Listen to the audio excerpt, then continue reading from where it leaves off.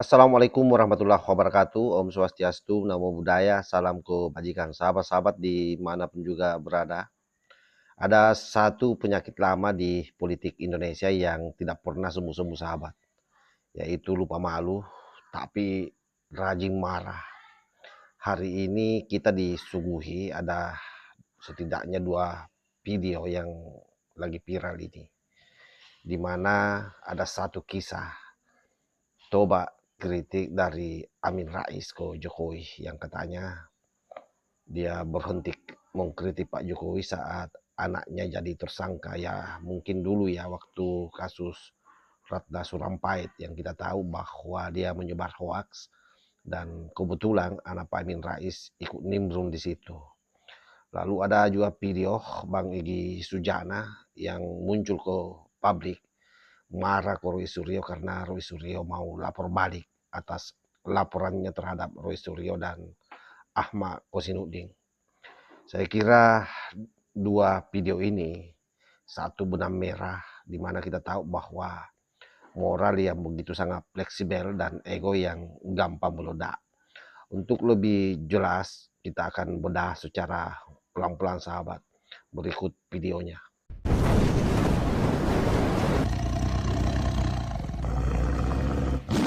Ada yang bilang membocorkan sesuatu kepada saya. Jadi suatu saat ini ketika menjelang periode kedua lah pemerintahnya Pak Jokowi itu. Dulu kan musuhnya itu kan Pak Amin Rais kan. Amin Rais. Maksudnya musuh dalam tanda kutip ya, musuh politik. yang sering mengkritisi Pak Jokowi, musuh politik ya. Oposan lah gitu. Itu kan Pak Amin Rais.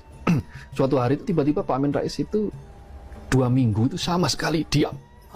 Tidak bicara soal Pak Jokowi, padahal biasanya mengkritik. Itu di waktu-waktu menjelang Pak Jokowi mau naik lagi ya, mau pemilu gitu. Itu membuat Pak Jokowi risau katanya, kata sang pemberi informasi ini. Loh, ditanya lah, itu kenapa tuh Pak Amin Rais kok nggak pernah mengkritik saya lagi, katanya begitu. Ditanyakan begitu loh. Coba cari ini apa namanya penyebabnya. Nah, dicarilah nih tim dekat ini. Oh, karena putrinya sudah sempat menjadi tersangka kalau nggak salah di kepolisian. Tersangka Pak Reskrim. Nah, diberitahu seperti itu, kemudian Pak Jokowi nelpon di reskrimnya Polri itu kenapa itu anaknya Pak Amin Rais? Kita begini-begini. Enggak.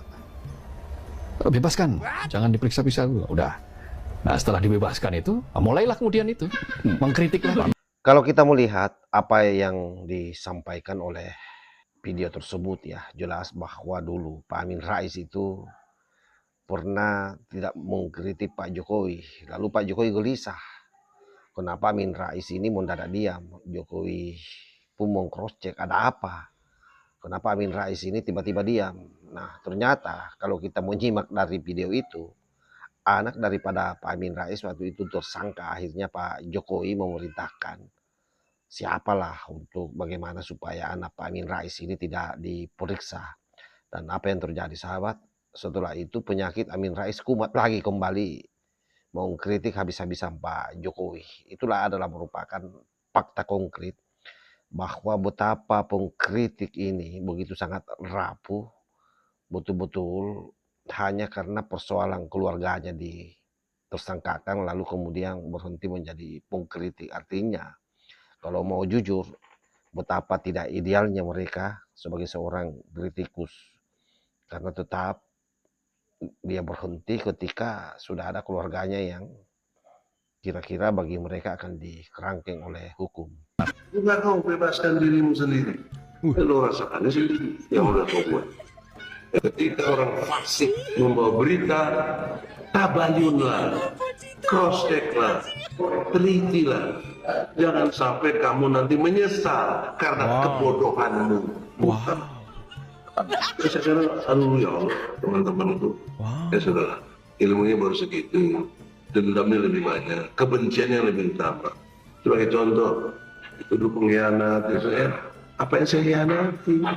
Terus apa pengkhianatnya gimana sih? Mesti pakai surat Al-Maidah ayat 8. Jangan kebencianmu pada satu kaum membuat kamu berlaku tidak adil.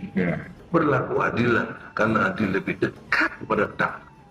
Nah, kenapa kalian jahat? Kok nggak senang lihat orang senang?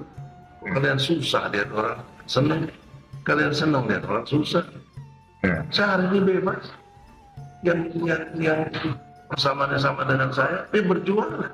Mampu nggak kau bebaskan dirimu sendiri? Tapi orang yang mudah mengklaim si fulan gila, si fulan pengkhianat, si fulan telah pecundang. Padahal hidupnya belum selesai. Kalau besok terus dia taubat, dia minta ampun sama Allah, dia rubah kelakuannya, gimana? Itu orang nggak pikir Dinamis bang ya? bukan dinamis. Konsistensi dalam berquran adalah istiqomah. Dalam menilai juga istiqomah. Jangan belum apa-apa orang belum akhir hidupnya itu. Mestinya kan tabayun. Makanya Allah kasarkan tabayun. Kok nggak suka maku? Datang dong. Jangan ngomong di podcast. Datang. Apa? Masalahnya apa? Sama aja sih. Yang udah tahu udah sangat bumi gempar itu baru pada pengen ketemu. Ngapain? Lo rasakannya sendiri yang udah mau buat. Ya. Tapi kalau kalian pada sadar, ya saya tidak perlu minta maaf kalian. Ya. Kalau menurut saya maaf. Tapi untuk apa? Kalian nggak pernah sadar. Kalau mereka nggak tahu apa, ada. Wah yang memerlukan banyak sekali. Tapi saya larang jangan. Maka saya gunakan laporan polisi. Sementara kalau kita melihat dari sisi Egy Sujana yang marah besar ke Roy Suryo, itu terjadi karena Roy mau lapor balik Egy Sujana setelah Egy melaporkan Roy dan Hosinuddin. Sekali lagi sahabat, ini bukan lagi soal kebenaran, ini soal perang ego level RT ya, tapi disiarkan secara nasional. Ya membuat kita ini miris. Mereka semua mengaku pejuang keadilan, mengaku pembela konstitusi, mengaku pembela demokrasi. Tapi kelakuannya sedikit-sedikit lapor polisi, sedikit-sedikit tersinggung, sedikit-sedikit merasa dikriminalisasi. Nah begitu dilapor, teriak negara otoriter, begitu mau lapor balik langsung jadi pahlawan hukum. Nah disinilah saya kira bentuk delegitimasinya yang sangat kuat, bahwa kalau memang kalian sendiri saling tidak percaya, saling lapor, saling ancam, lalu publik harus percaya narasi besar kalian. Inilah yang berbahaya sahabat. Oleh karena itu sekali lagi benang merahnya adalah bahwa masalah terbesar mereka sekali lagi bukan karena Jokowi, tetapi masalah terbesar mereka adalah konsistensi dan karakter mereka sendiri. Satu sisi selalu bicara moral, sisi lain sibuk hitung risiko pribadi. Satu sisi teriak soal demokrasi, sisi lain panik begitu namanya masuk laporan polisi. Dan saya kira publik wajib bertanya, sudah terlalu dewasa untuk dibodohi drama yang selalu saja berulang terus menerus. Pada akhirnya kritik tanpa konsistensi itu bukan keberanian, itu adalah merupakan kebisingan di era demokrasi.